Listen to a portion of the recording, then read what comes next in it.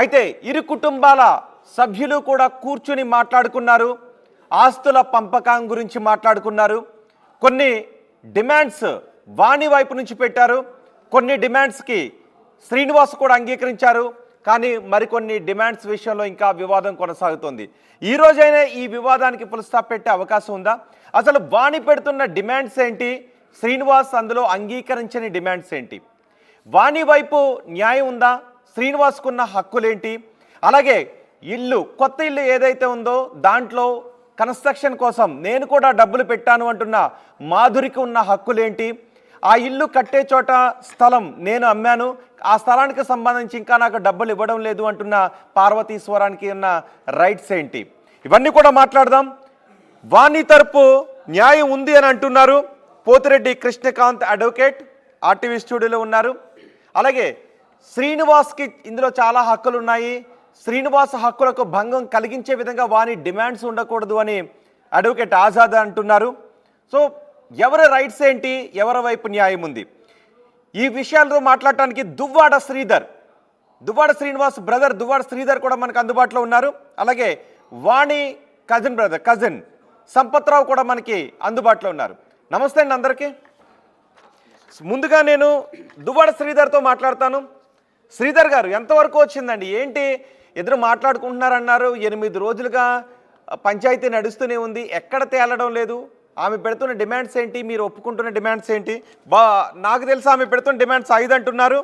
Granite factory అప్పగించాలి, టెక్కల్లో ఉన్న ఇంటిని అప్పగించాలి, పిల్లల చదువులతో పాటు మెయింటెనెన్స్ కూడా చూసుకోవాలి, పెద్ద అమ్మాయికి పెళ్ళి అయిపోయింది కాబట్టి పెద్ద అమ్మాయిని మినహాయించాల్సి ఉంటుంది, విడాకుల అంశం న్యాయస్థానంలో పరిష్కరించుకుందాం, కొత్త ఇంటిని శ్రీనివాస్ తదనంతరం పిల్లలకే ఇవ్వాలి, తక్షణమే వీలునామా రాయాలి అని వాణి డిమాండ్స్ పెడుతున్నట్టుగా వార్తలు వస్తున్నాయి. ఏం జరుగుతోంది?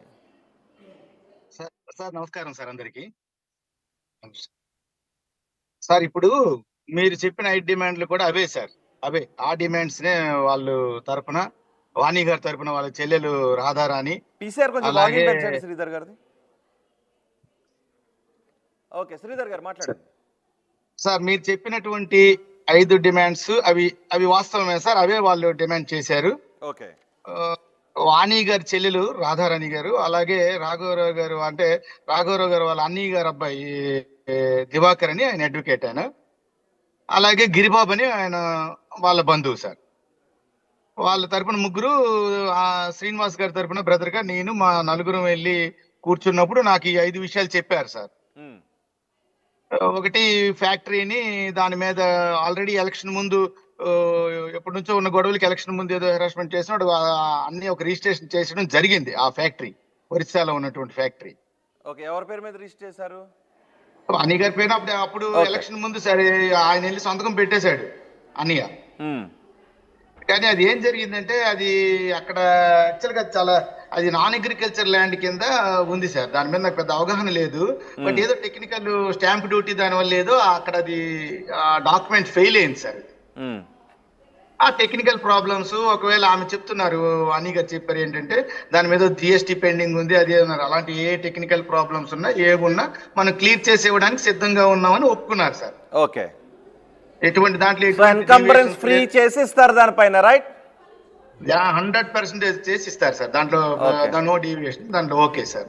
అది ఒకటి సార్. రెండవది, ఇప్పుడు అన్నయ్య గారికి ఎప్పుడైతే డిస్ప్యూట్స్ ఎప్పటి నుంచో ఉంటూ ఒక 16-17 నెలల కిందట చాలా కాస్ట్లీగా వెంకటేశ్వర కాలనీ టెక్కల్ టౌన్ లో సార్ ఆయన నివసిస్తున్న గృహం చాలా, అది అంటే ఒక దురదృష్టకరం ఏంటో ఆ ఇల్లు కూడా ఒకసారి తమరు లాంటి వాళ్ళ ఆ క్లిప్పింగ్స్ కూడా తీసుకొని చూపిస్తే ప్రజలకి ఇంకా క్లారిటీగా అర్థం అవుతుంది అని నా చిన్న రిక్వెస్ట్ సార్ మీకు చేస్తున్నాను పార్టీముఖంగా. ఏంటంటే సార్ ఇప్పుడు ఆ హౌస్ కు వచ్చినప్పటికీ గత 16-17 నెలలుగా అన్నయ్యకి బయటికి తాళం వేసేస్తే బయటకు వచ్చేస్తే రోడ్డుపై ఉన్నప్పుడు వెళ్ళిపోతున్నప్పుడు నేను ఒక బ్రదర్ గా వెళ్ళి వెనక్కి తెచ్చి, ఆ కథ అంతా తెలిసిన విషయమే సార్. ఇప్పుడు ఆయన తెచ్చి ఆ తర్వాత అక్కడి నుంచి రకరకాల గొడవలు ఎంతో ఆ ఇంట్లో వాళ్ళు మా వాణి గారు కానీ పిల్లలు కానీ హ్యాపీగా మంచి బంగ్లా సార్, అది హ్యాపీగా చాలా కాస్ట్లీ మంచి చాలా బాగా కట్టిన ఇల్లు, అది హ్యాపీగా ఉన్నారు. అది రిజిస్ట్రేషన్ చేసి ఇమ్మన్నారు ఖచ్చితంగా. అది కూడా దాని మీద కూడా యూనియన్ బ్యాంక్ ఆఫ్ ఇండియాలో 25 లక్షలు ఎంతో ఉంటుంది సార్. చరిత్ర కానీ సరే సార్, మళ్ళీ నేను మార్పు మధ్యలో వస్తాను. ఏం గొడవ అవుతుందట, ఒకసారి ఒక్క నిమిషం ఫోన్ చేయండి సార్. Disturbance, sorry sir. వినిపిస్తుంది, పర్వాలేదు. సార్ ఇప్పుడు ఏంటంటే ఆ హౌస్ కూడా ఒక 25 లక్షలు 20 లక్షలు యూనియన్ బ్యాంక్ ఆఫ్ ఇండియాలో ఉంటుంది సార్. అది కూడా క్లియర్ చేసేయడానికి సిద్ధంగా ఉన్నారు సార్. ఓకే. ఇక థర్డ్ పాయింట్ ఏంటంటే పిల్లలు, పెద్ద పాపకు మంచి మ్యారేజ్ చేశారు, రెండో పాప MBBS అవుతుంది. ఆ MBBS ఈ పేమెంట్ షీట్లు కాబట్టి అవన్నీ ఆటోమేటిక్ గా చేస్తారు సార్. మనం ఎవరు చెప్పడానికి ఆయన దాంట్లో ఎటువంటి డీవియేషన్ లేదు. ఆయన కోరుకున్న దానికన్నా ఎక్కువే ఆయన చేస్తారు. అవసరమైతే దాని మీద ఒక పేపర్ కూడా రాయించేస్తానని నేను చెప్పాను. ఓకే. అది తర్వాత అక్కడికి అది పాపకి PG చేసినప్పుడు ఫ్రీ సీట్ వస్తే మంచిదే, రాకపోయినా పేమెంట్ సీట్ కొని చక్కగా వాళ్ళు ఎవరికైతే వాళ్ళు చూసినటువంటి మ్యాచ్ ను కూడా ఖచ్చితంగా అది గ్రాండ్ గా అతనికి స్థాయి తగ్గట్టుగా చేయడానికి కూడా అన్ని గారు ఒప్పుకున్నారు సార్. అలాగే పెద్ద బాబుకి మ్యారేజ్ అయిపోయినా సరే కొన్ని ఇతరత్ర అన్ని రకాలుగా ఆయన బ్రతుకున్నంత వరకు పిల్లలిద్దరికి ఎటువంటి ఇబ్బంది లేదు సార్. వాళ్ళకి ఖచ్చితంగా ఇది ఈ చికాకంతా వాణి గారు శ్రీనివాస్ గారి మధ్యనే ఉన్నదే గానీ వాళ్ళ పిల్లలు వాళ్ళు ఏంటి సార్, వాళ్ళకి అన్ని రకాలు ఈ రోజు అంత కోపంగా ఉన్ని అన్నయ్య గారి తిట్టి మాకు తిట్టిని ఎవరికి తిట్టిని ఏం చేయని అది మేము ఎట్టి పరిస్థితుల్లో వాళ్ళు ఎన్ని చేసినా మేము ఎటువంటి మాకేం అనుకోము సార్, మాకేం ఇబ్బంది ఏం లేదు. ఇకైనా తెలుసుకుంటారు చిన్నపిల్లలు కదా సార్, పక్కన పెడితే ఆ మ్యాటర్ అక్కడికి ప్రాబ్లం లేదు సార్. ఇంకా ఫోర్త్ పాయింట్ వస్తే గతంలో ఒక 17-18 నెలల కిందటే శ్రీనివాస్ గారికి డైవర్స్ ఇచ్చిమని, నాకు టికెట్ కావాలని, తర్వాత ఇవన్నీ రకాల కొన్ని డిమాండ్స్ చేశారు సార్. మరి అప్పుడు కూడా అన్నయ్య గారు ఆ రోజుల్లో డైవర్స్ అని ఆవిడ కోరి చెప్పినా సరే అలాగే వెయిట్ చేసుకుంటూ వస్తున్నాం సార్, ఎక్కడో ఏదో ఒక ఎండ్ వస్తుంది కదా అనేసి. లాస్ట్ కి ఇటీవల దారుణం ఏంటంటే 4 గోడల మధ్యన మనం ఎన్నో అనుకున్నా 27-28 సంవత్సరాలు పడ్డారు. బయటకు వచ్చిన తర్వాత నేను 11 నెలలు పలాస పట్టుకెళ్ళి తిప్పి లాస్ట్ కి అక్కడ ప్లాన్ చేసి కార్యాలయాన్ని సెట్ చేసి ఇవన్నీ చేసాం. అందరికీ ప్రజలకి తెలుసు, ఇది మా ప్రాంతీయ ప్రజలకే తెలుసు. ఇది దేశంలో తెలుగు ప్రజలు ఎక్కడున్నా ఈ పరిస్థితి 8 రోజుల్లో ఒక వింతగా చూస్తున్నారు సార్. ఇది చాలా బాధాకరంగా ఉంది. ఇప్పుడు ఇంత రచ్చకొచ్చిన తర్వాత, ఇంత వీధిలో పడిపోయిన తర్వాత మరి అలాంటప్పుడు మళ్ళీ మనం ఈ కోర్టులు ఇబ్బందులు లేకుండా వాళ్ళ లాయర్కి నేను ఈ సెటిల్మెంట్కి వస్తాను ముందే చెప్పాను. ఈ ఇబ్బందులు ఉన్నాయి కదా, వీళ్ళిద్దరికి ఓన్లీ శ్రీనివాస్ గారికి వాణి గారికి మధ్యన మ్యూచువల్ అండర్స్టాండింగ్స్ తో ఏదో డైవర్స్ ఉంది కదా, అది మనం వేద్దామని చెప్పాను. అది ఆ రకంగా ప్లాన్ చేసుకుంటే ఇక్కడతో మరి ఇంకేం డిస్టర్బెన్స్ ఉండవు, ఈ రకమైన కాగితాలు రాసుకుందాం అని చెప్పాము సార్. దానికి వాళ్ళు అటు ఇటుగా ఉన్నారు, అది ఎలా జరిగితే అలా జరుగుతాయి సార్. తర్వాత వారు ఒక ఈ మీన్వైల్ ఈ గొడవల్లో 498 పెట్టారు. ఇప్పుడు కొత్త యాక్ట్ ప్రకారం సెక్షన్ 85 BNS యాక్ట్స్ కొత్త మారినాయి కదా సార్. దాంట్లో 85 అంటే అది 498 అనమాట. అది ఓల్డ్ సెక్షన్. అది పెట్టారు. అది పెట్టిన తర్వాత శ్రీనివాస్ గారు మరి అప్పటి నుంచి నాకు అడుగుతున్నారు కదా, వన్స్ 498 వేసిన తర్వాత ఏముంటాయి సార్ స్టెప్స్, మెయింటెనెన్స్ వాళ్ళు వేస్తారు, మనం డైవర్స్ చేస్తాం. 3 స్టెప్స్ వేసారు చట్టంలో మనకున్నది. ఎవరికైనా సరే వాళ్ళకి 2 ఉంటే వాళ్ళు భర్త మీద వేస్తారు, ఆ తర్వాత మెయింటెనెన్స్ కోసం వేస్తారు, లీగల్ గా వెళ్తే. అంటే ఇన్ని సెటిల్మెంట్ జరిగిన తర్వాత బహుశా 498 ఏ కేసులు అంటే 85 విషయంలో రాజీ చేసుకోవచ్చు, కాంపౌండ్ బుల్లే కాబట్టి రాజీ చేసుకోవడానికి అవకాశం ఉంటుంది. ఓకే, మరి ఇంకెక్కడ తెగట్లేదు కొత్త ఇంటిని శ్రీనివాస్ తదనంతరం, అంటే కొత్త ఇంటి దగ్గర ఏమన్నా డెడ్ లాక్ అవుతుందా సార్? ఇప్పుడు అక్కడ సమస్య ఏంటంటే సార్, ఇప్పుడు ఇప్పుడు ఇప్పుడు వాళ్ళు అడిగిన డిమాండ్స్ అన్ని కూడా ఇప్పుడు దాదాపు మరి ఆయన ఉన్న ఫ్యాక్టరీ ఇచ్చేసారు, ఇల్లు ఇచ్చేసారు, ఏమి క్వశ్చన్ చేయకుండా. మరి పిల్లలకి చూడాలి, రేపు భవిష్యత్తులో అన్ని కార్యక్రమాలు చేయాలన్నప్పుడు మరి ఆయన ఉండడానికి ఒక గూడు ఉండాలి కదా సార్. ఇది ధర్మమేనా సార్? ఆయన నడి రోడ్డు మీద ఉండిపోయి బయట లాక్ చేసేస్తే వైఫ్ అలాగే మేము కూడా వాళ్ళ ఇల్లు స్టేజ్ లో నేను అన్ని ఇంటికి వెళ్ళి పెట్టలేమా సార్? కానీ అది మేము చేయలేదే కదా సార్. భార్య పిల్లలు ఉండాలి, అది మన సంస్కృతి కాదు అని ఆవిడ ఎంత హెరాస్మెంట్ తాళం వేసేసినా ఒక్క మాట అనుకోండి అలాగే అన్నీ వచ్చి వెళ్ళిపోతుంటే, నాకు వాళ్ళ డ్రైవర్ చెబితే నేను టెకిల్కి పలాసకి 28-30 కిలోమీటర్స్ రాత్రి 1-1:30 సమయంలో నేను మా మనిషికి పిలిచి డ్రైవింగ్ చేసిన అతనికి పిలిచి వచ్చి వెళ్ళినప్పుడు ఒక 40-50 మినిట్స్ అయిపోయింది. అక్కడ నుంచి ఆయన వెళ్ళిపోయి ఫోన్లో మాట్లాడి జాగ్రత్తగా అన్నీకి చెప్పి, అన్నయ్య నా మాట తమ్ముడిగా నేనున్నాను, అమ్ముంది, దయచేసి నువ్వు పలాస రా, కొద్ది రోజులుండు, అప్ అండ్ డౌన్ చేద్దాం, తర్వాత ఏం జరుగుతుందో చూద్దాం, భగవంతుడు ఉన్నాడని నేను ఎలాగో కన్విన్స్ చేసి అన్నీకి బ్యాక్ చెప్పించి 11 నెలల 10 రోజులు పలాస నుంచి టెక్కలి అప్ అండ్ డౌన్ చేస్తుండేవాడు సార్. ఈ మీన్ వైల్ గ్యాప్ లో అద్దిల్లు చూద్దాం అనుకున్నాం, రకరకాల ప్లాన్ చేసాం. ఎక్కడ అవి కూడా మాది టెక్కలి పెద్ద టౌన్ కాదు, పల్లెటూరు కాదు, మనకు అన్ని వసతులు ఉన్నవి దొరకవు సార్, కొద్దిగా ఇబ్బందికరం.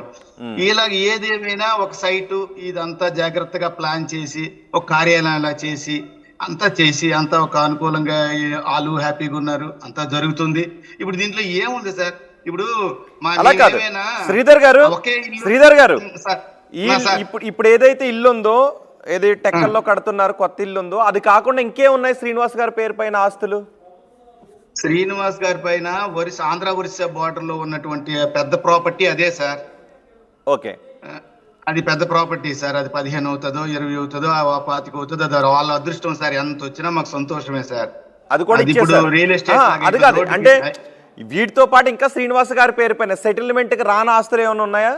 చర్చకు ఇవన్నీ ఇచ్చేస్తే ఇల్లు తప్ప ఇంకేమైనా ఉంటుందా అంటే? సార్ మరేం లేదు సార్. ఆయన 3 సెల్ఫ్ ఎక్వైర్డ్ ప్రాపర్టీస్ సార్. ఆయన కష్టపడి సంపాదించుకున్న 3 properties sir. Number 1 Andhra Orissa border లో ఉన్న కంపెనీ అది. ఇప్పుడు ఏమైతే కోరుకున్నారో .1 నెంబర్ 1 సార్. నెంబర్ 2 వెంకటేశ్వరరావు కాలనీలో ఒక మంచి చాలా కాస్ట్లీ ఇల్లు సార్, జిల్లాలో ఉండదు అంటే అద్భుతమైన ఇల్లు, లోపల అంత బాగుంటది, చాలా కోట్లు పెట్టి కట్టించాడు, అది ఓకే సార్. ఇక బయటకు వచ్చిన తర్వాత అప్పుడు బయటకు వచ్చేసిన తర్వాత అంటే దాదాపు ఈ 10, 11, 12 నెలల్లో కట్టుకున్నటువంటి ఇల్లు ఇది ఒకటి సార్. అంటే శ్రీధర్ గారు నేను ఒకటి అడుగుతున్నా, అట్లా కాదు, ఇప్పుడు ఈ ఇల్లు కూడా ఇచ్చేస్తే శ్రీనివాస్ ఏమీ లేకుండా రోడ్డు పైన ఉంటారా, లేకపోతే ఇంకేమన్నా ప్రాపర్టీస్ ఆయన పేరు పైన ఉంటాయా? ఆయన మీద ఇంకేమైనా ప్రాపర్టీస్ ఉంటే చెప్పండి, మేము రాసేస్తాం. ఓకే ఓకే, మీరు ఈసీ సబ్ రిజిస్టర్ ఆఫీసులో జిల్లా మొత్తం ఎక్కడ తీసుకున్న దువ్వాడ శ్రీనివాస్ గారి పేరు ఎటువంటి ప్రాపర్టీ ఎంతున్నా మేము రాసేయడానికి సిద్ధంగా ఉన్నాం సార్. ఓకే, బట్ ఆయన రోడ్డు మీద వచ్చినప్పుడు ఆయన నిలవనీరు లేకుండా చేస్తే రేపు మళ్ళీ ఇదే పాపలకి drivers between wife and husband అండి. ఇప్పుడు పిల్లలకి వచ్చినప్పటికి వాళ్ళు ఎన్ని అనుకున్నా మన బంగారు తల్లి పిల్లలు వాళ్ళకి చూడాలి, మరి అన్ని ఏదో చేస్తే కదా సార్. పిల్లలకి ఇప్పుడు 2వ బాబు పెళ్లి చేయాలి, పీజీ సీట్ కొనాలి, ఆయన బ్రతికున్నంత వరకు 2 పిల్లలకి ఆయన క్షేమ అంతా చూసుకోవాలి కదా సార్. మరి ఆయన ఎక్కడో స్థావరం ఉండాలి కదా సార్. ఇప్పుడు వాళ్ళు వీలునామా సెటిల్మెంట్ డీడ్ రాయమంటున్నారు సార్. అన్ని కొన్ని ప్రాబ్లమ్స్ లో మరి ఇప్పుడు ఎలా అది సాధ్యం సార్? కొన్ని మీరు ఒకసారి ఆలోచించండి సార్. ఈ చట్టంలో, భారతదేశంలో చట్టాల్లో ఇలా జరుగుతుందా సార్? ఇప్పుడు 498 పెడతాం, పెద్ద మనుషులు కూర్చుంటాం, అటుపక్క ఇటుపక్క అన్నదమ్ములు తల్లిదండ్రులు వస్తారు, కూర్చుంటారు, మాట్లాడతాం. ఒకవేళ అవ్వకపోతే పోలీస్ స్టేషన్కి వెళ్తాం, కౌన్సిలింగ్ చేస్తారు, వినకపోతే కేసు పెడతారు, కోర్టులకు వెళ్తాం, వాళ్ళు మా మీద కోపంటే మెయింటెనెన్స్ చేస్తారు. ఇదేట్రా బాబు ఇంత ఇబ్బంది వచ్చింది కదా అనుకుంటాం, మనం ఒక డైవర్స్ చేస్తాం. ఇది భారతదేశంలో జరుగుతున్నటువంటి సార్. ఒక 8 రోజులుగా ఇలాగ వస్తుంటే ఇప్పుడు సార్ ఇలాంటి ఇప్పుడు మహిళలు ఎంతో మంచి వాళ్ళు, గౌరవనీయులు, స్త్రీలు లేకపోతే మనం లేము. వాళ్ళకి మహిళలు అంటే మాకు ఎప్పుడు చాలా మేము గౌరవిస్తాం. కానీ ఒక్క విషయం సార్, ఇలాంటి వాణి గారు మైండ్ సెట్ ఉన్న వాళ్ళు రేపు పరిస్థితుల్లో ఇలాంటి ఆదర్శంగా తీసుకొని వెళ్తే ఈ రాష్ట్రం ఎటు వెళ్ళిపోతుంది సార్. శ్రీధర్ గారు మీరు ఒక్క నిమిషం అందుబాటులోనే ఉండండి. శ్రీధర్ గారు ఒక్క నిమిషం, మీరు ఒక్క నిమిషం హోల్లో ఉండండి. సంపత్ రావు వాణి బ్రదర్ ఉన్నారా పవన్? ఓకే, వాణి బ్రదర్ సంపత్ రావు వెళ్ళిపోయారు. ఓకే, స్టూడియోలో 2 అడ్వకేట్లు ఉన్నారండి, పోతిరెడ్డి కృష్ణకాంత్ ఆజాద్. కృష్ణకాంత్ గారు మీకు ఏమర్థమైంది శ్రీధర్ గారు చెప్పిన తర్వాత? ఇల్లు ఒక్కటే ఉంది, అది కూడా ఇచ్చేస్తే ఇంకా ఏమీ ఉండకుండా నడి రోడ్డు పైన శ్రీధర్ ఉండాల్సిన పరిస్థితి వస్తుంది. కోట్ల విలువ చేసే ఆస్తుల్ని వాణికి ఇచ్చేసాం, వాణి అడుగుతున్నట్టు డివోర్స్ కూడా ఓకే. కానీ ఇన్ని పెట్టిన తర్వాత కూడా ఇంకేమీ లేకుండా కట్టుబట్టలతో కూడా నిలువు నీడ లేకుండా రోడ్డు పైన ఉండాలా అని అడుగుతున్నారు. ఏమనిపిస్తుంది సార్? నేను యాక్చువల్లీ ఈ కేసుని ఎప్పుడైతే ఇది స్టార్ట్ అయిందో అప్పటి నుంచి ఐ హావ్ బీన్ ఫాలోయింగ్ మీడియాలో ఏదైతే వస్తున్నాయి కథనాలు ఇవన్నీ కూడా చూస్తున్నాను. బట్